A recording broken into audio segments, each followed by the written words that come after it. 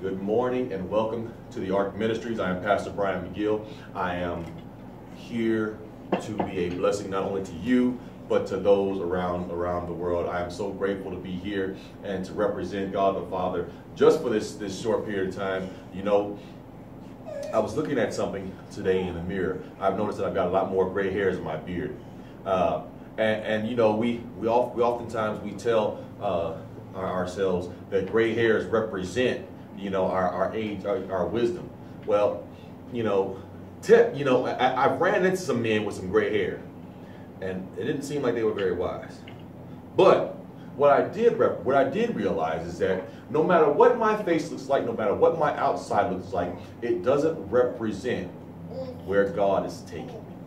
So I want you to be blessed today. I want you to be blessed in the Word, and I want you just to enjoy the fruits of what God's going to do today as we go and we study this Word in the book of Genesis. Because we're starting a series on Abraham, and we're going to do some teaching on him. We're going to do something and pray that you get something new out of this teaching, just like we've gotten it. So, with that being said,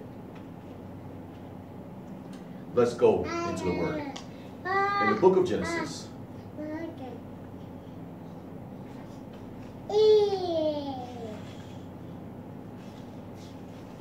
the 11th chapter,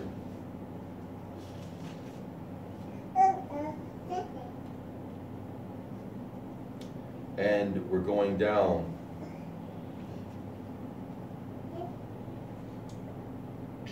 to the 27th verse.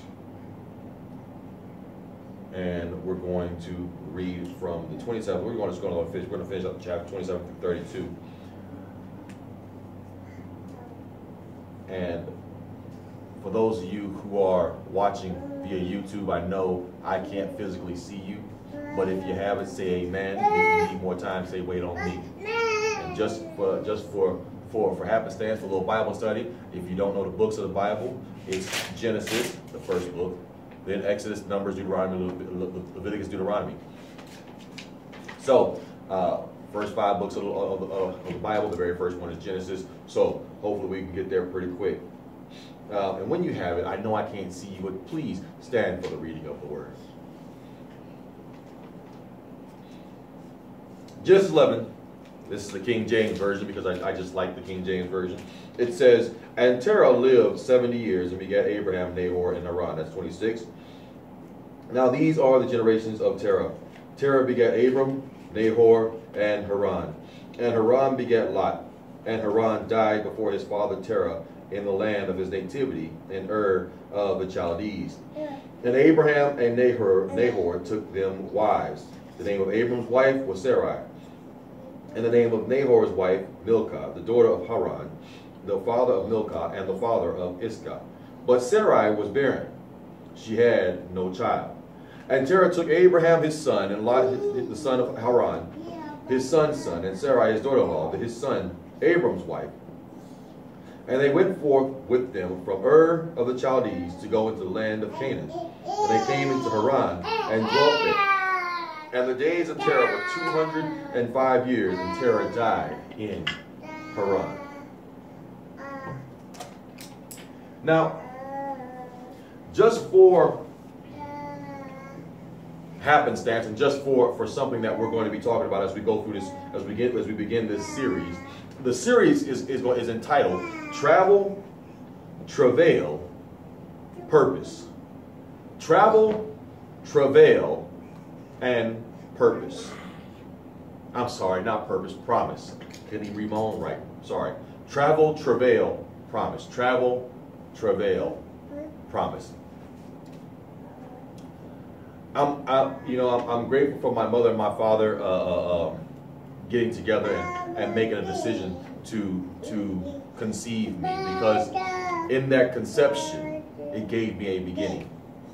And I thought about that for a minute, because you know, for every race there's a beginning of the race. For every job there's a starting date. For every child there is a birth date where your beginning comes from. So I figured that today, since we're going to use this for a subject title, we'll call this The Beginning.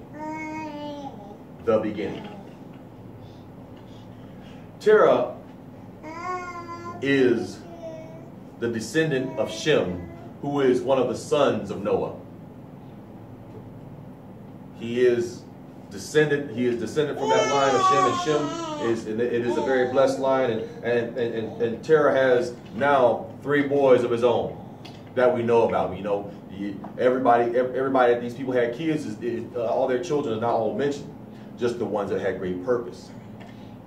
And Terah has Abram, and Abraham, who will later become Abraham, who is what we want to talk about a little bit.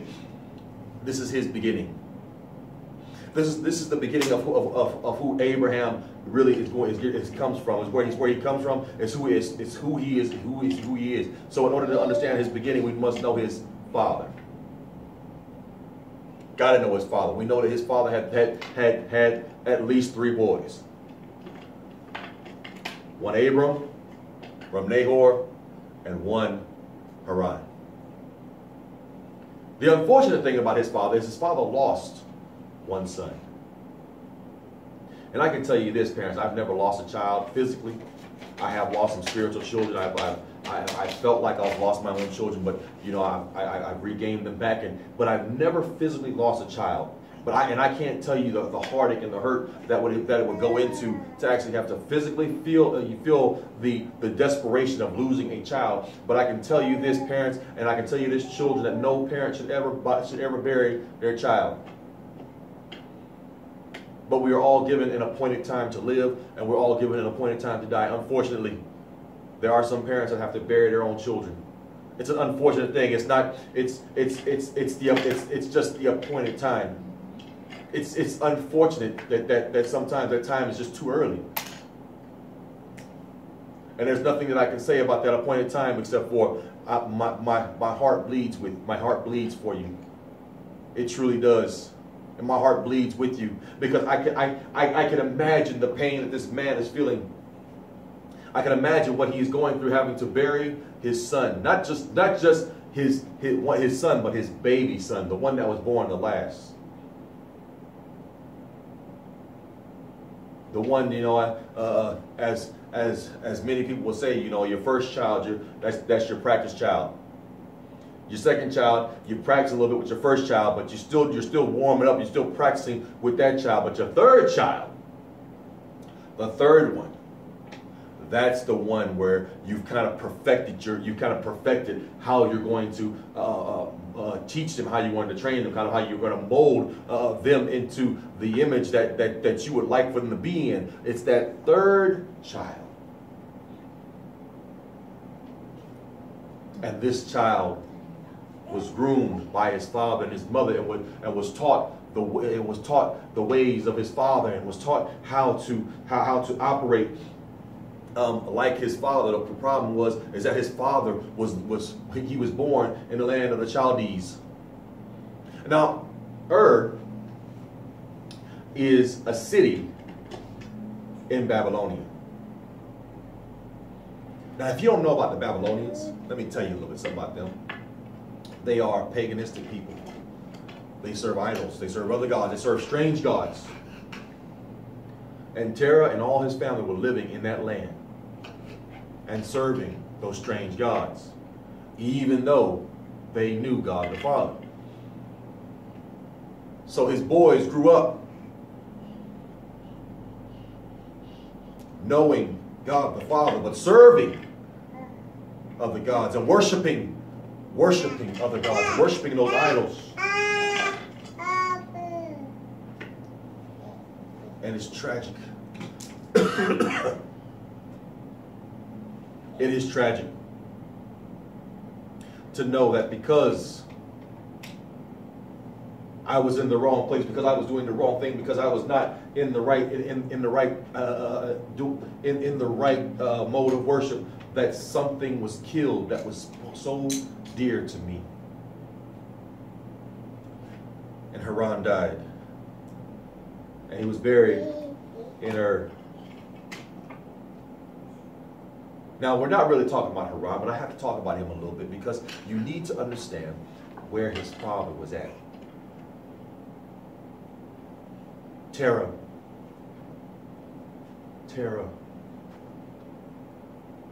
buries his son. And the tragedy of having to bury his son gives us our first point. And I just want to share this with you, just something that you can write down, you can take it, you can put to heart is what you worship can kill you outside of Jesus. Because even if you die serving Jesus and worshiping Jesus, you will live again.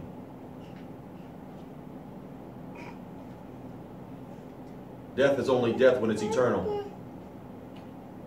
Death is not death when you have the resurrected life of Christ inside of you. Haran dies in a land where he has been worshiping of idols. Because of his worship to the other idols, it sped up his death process.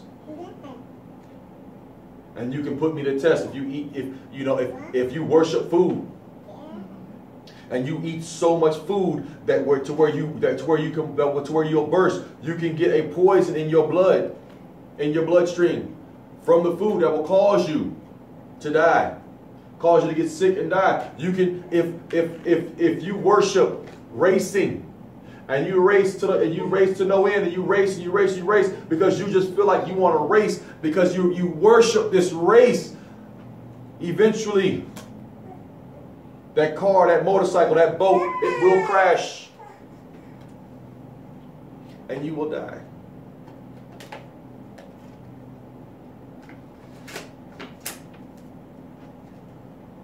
What you worship can kill you.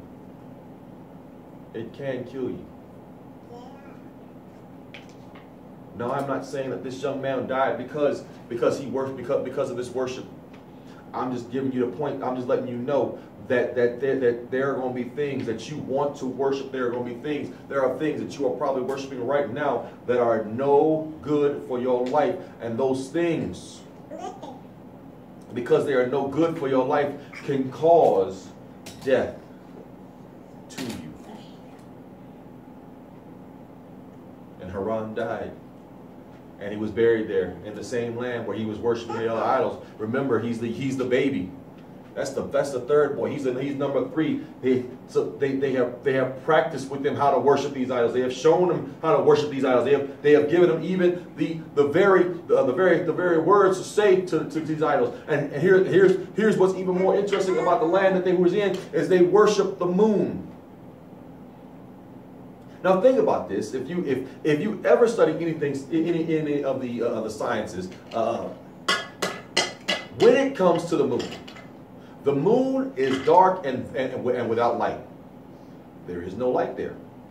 The only time that there is light on the moon is when the sun rotates behind the moon and shines from around the moon. So you're not getting sunlight. You're not getting light through the moon. You're getting the luminescence of the sunlight coming around the moon. That's why we can see the moon at night. It's because the sun is shining through the moon. It's shining around the moon.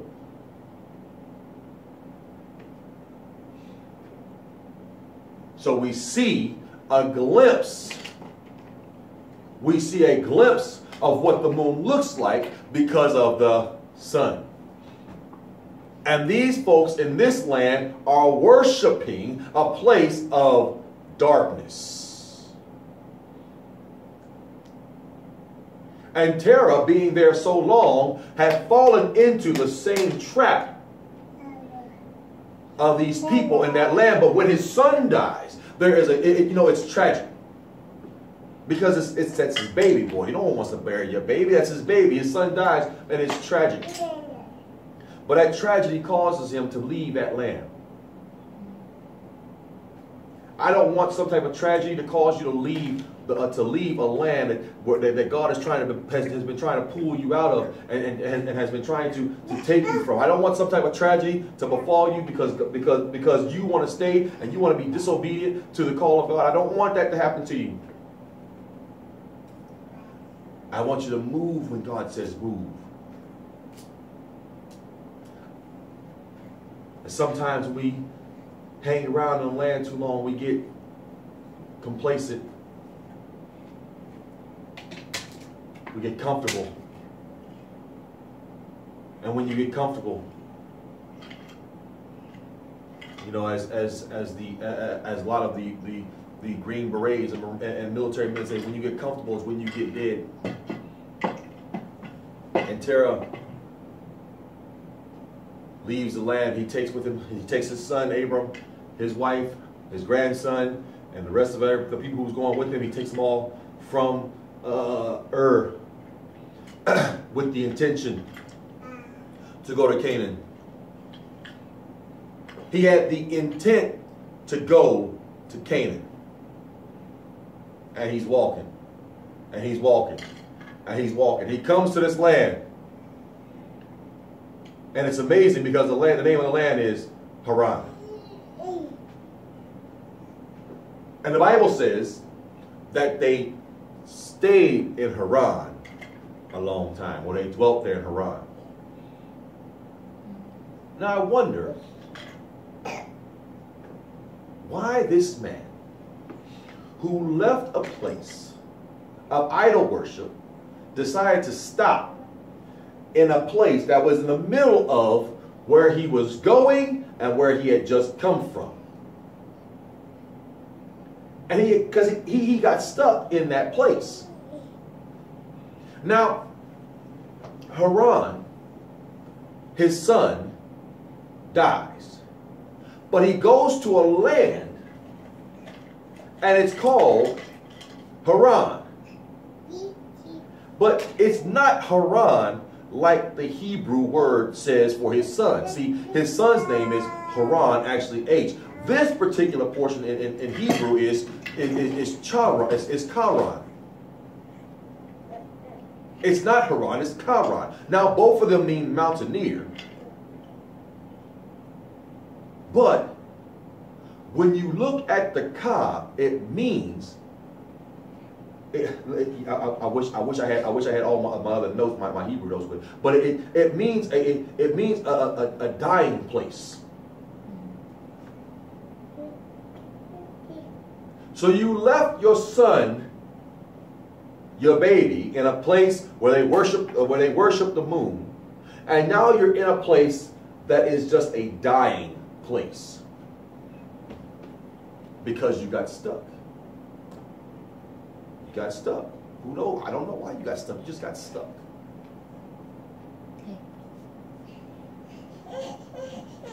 The intent was to go to Canaan. Now we know Canaan is and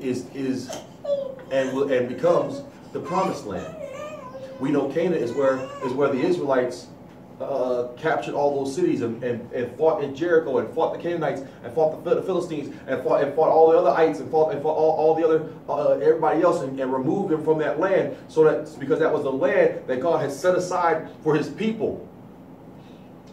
And Terah, with the intent to go to Canaan, stops in Haran and gets stuck in Haran. Then I said, you know what? Why would this man who had the intent to go to this place get stuck in Haran? I said, well, maybe it's because the city reminded him of his son.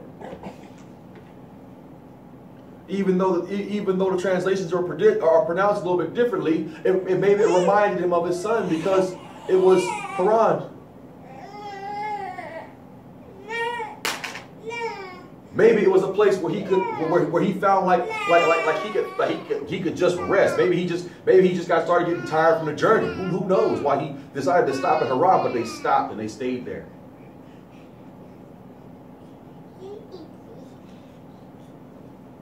And I wrote this down for you. So everyone has good intentions. Everyone has good intentions. I don't believe that we intend to do bad all the time. I believe that we all have good intentions. I believe that we all have we all choose and we all want to do things the right way. We all want to be in the right place. We all want to go to the right places. But sometimes our good intentions don't get finished. I meant to cut the grass, but you know, it's just too hot. I meant to wash the car, but you know, it started to rain. I meant to do this. My intention was to do this. but because I just didn't. I don't know how many of us have intended to do something great and have quit. Right in the middle of where you had just come from to right where you were getting ready to go. But I intended to finish. But the finish line looks so much further than the beginning line. It looked like it was just going to be, it was out of reach, it was out of touch, so I just stayed in Haran. I don't know if your best laid intentions were just part of your dreams or actually a part of your vision. Because a vision deferred is just a dream. And a dream is just good intentions that never happens.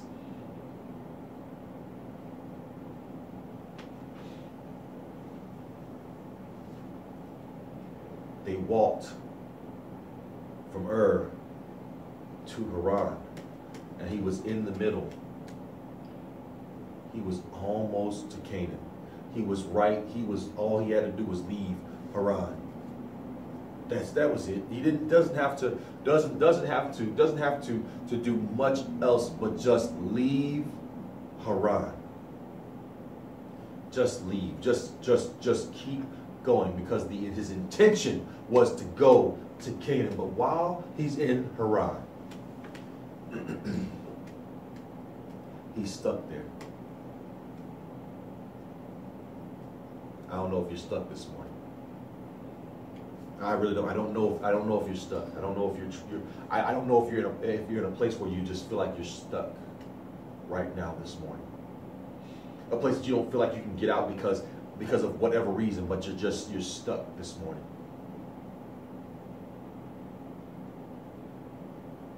I'm telling you, God gave you the intention to move on.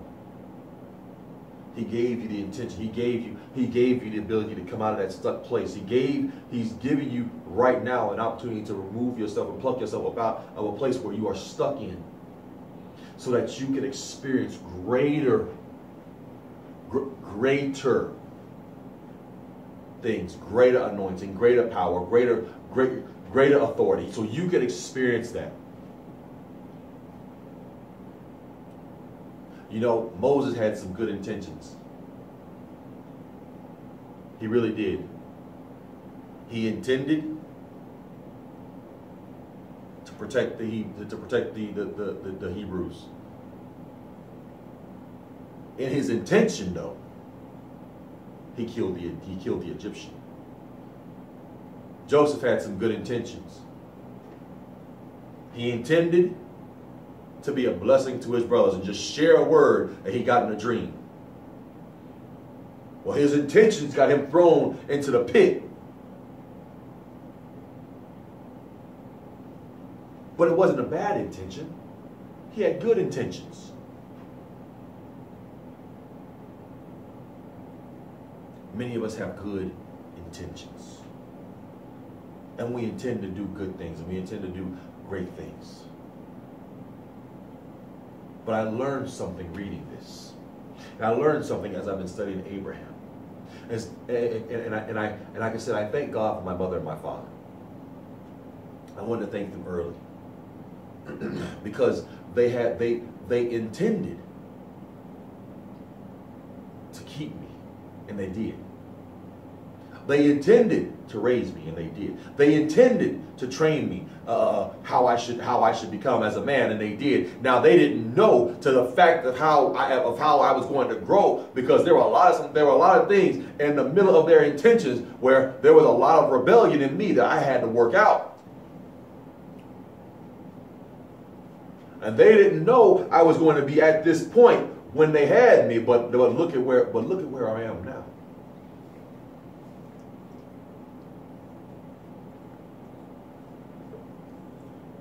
All they intended for me to be was to be a good man, to be a respected man, to be a man of respect, that would give respect, to be a man that would take care of his family, and for that I can say thank you, because all of those intentions have come true.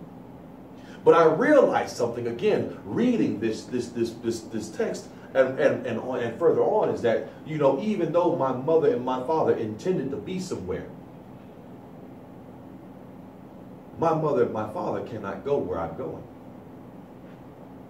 My mother and my father are not going to always finish the journey as to where I am headed. Even though they may have intended to be there with me, they're not always going to be able to go. They're not going to finish the journey that's meant for me. I'm not going to finish the journey that's meant for my children. My son and my daughters are to me some of the most amazing people in this world. I really, truly, honestly believe that my oldest daughter, she is able to do things at her age that men and women that are twice her age are still incapable of doing. My son is able to translate his body into any sport that he wants and be great at that sport. And it amazes me at the level he's able to do it and compete at doing that level. He is amazing. And my youngest daughter is able to see things in the supernatural that even I, her father, cannot see. And it amazes me. I think that my children are the most amazing people in this world.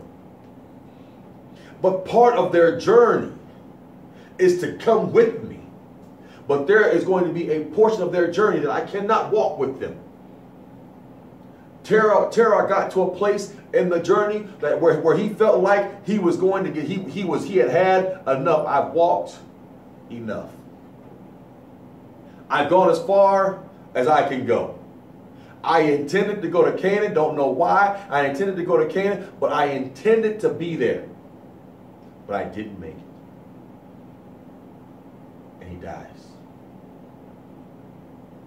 He dies in a land because he got stuck.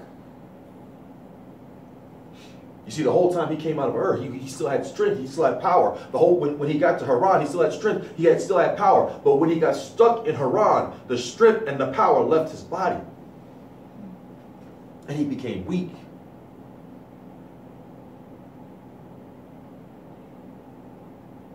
I talked to some guys who are runners. And I really like to talk to runners because, you know, take it back. Never been a runner. Don't want to be a runner. I think that they are very special people. But I talked to some people who are runners. And they said, the first mile is the hardest mile. And I was like, well, how can the first mile be the hardest mile? Because you guys are trained, your bodies are trained to run. You're trained to do this. And they said the first mile is the hardest mile because our bodies are still warming up. You see, runners really they can't just go out and just start running miles before a race. Right in the first few seconds, they can't go run that first mile in the first few seconds of the race, and then come back for practice, and then come back and run the mile for real, because their body will be wasted. So many times after their stretches, they're lining up to run. So because their body is still cold, that first mile is the hardest mile. But then they said, after we get through the first mile, our body gains strength because we're still moving. And we're able to gain more strength the second mile, more strength the third mile, more strength the fourth mile. And then it becomes back into the routine where our body is reacting to not reacting to how long we're going, but to how I'm able to continue to move. It's in the moving that we gain strength. Ooh, geez, that's good. It's in the moving that we gain strength. So I wrote this down for you also. I said, just keep it moving. Had Terah not got stuck in Haran, he still would have had his strength to move to the next place. And he still would have had his strength to move to the next place, and so on and so on and so forth. But because he got stuck, he lost his strength. I want to encourage you right now. I don't know what place you're in. I can tell you this. Some of us, we're in a place for a reason. Some of us are in a place for a season. I know that the season for my family is winding up here on this beautiful island. I know that. I know it's coming to a close, and it's unfortunate because I just realized a lot of things about this island. But I know it's coming to a close. I just don't know when that close is. But when God closes it up here, before he closes it up here, he's going to bless me in this land. But it's not because I stopped. It's because even in this land, where all I can do is go around and around and around in a small circle, or go to and from the beach, or maybe hit the one mountain mountain range that's on the island. As long as I continue to keep moving, I'm going to continue to gain strength. My family's going to continue to gain strength because we keep moving. And when God calls us from this place, guess what I'm going to do? I'm going to keep it moving. I'm going to keep it moving because I'm going to gain strength. I'm going to keep it moving because my daughter's going to gain strength. I'm going to keep it moving because my son's going to gain strength. I'm going to keep it moving because my other daughter's going to gain strength. I'm going to keep it moving because my wife is going to gain strength. I'm going to keep it moving because my grandson's going to gain strength. I'm just going to keep it moving. Terah would have been in Canaan. Terah would have got to experience all of the things that Abraham got to experience in Canaan. But he got stuck. Now this is just the beginning of Abraham's story. It's just the beginning. Each of us has a beginning. We all have a beginning. We all have a start. And I love the phrase, and we repeat it, and my daughter repeats it, my kids that I coach, they repeat it. It's not where you start. It's not even how you start. It's how you finish. Terah, by his own name, was not a finisher. You see, Terah's name means delay. And because he acted out his name in Haran, he never got to finish. Many of us are good at starting. We're good at starting. We're good at putting things down. I can't tell you how many times I started a book, but never finished. I can't tell you how many times I started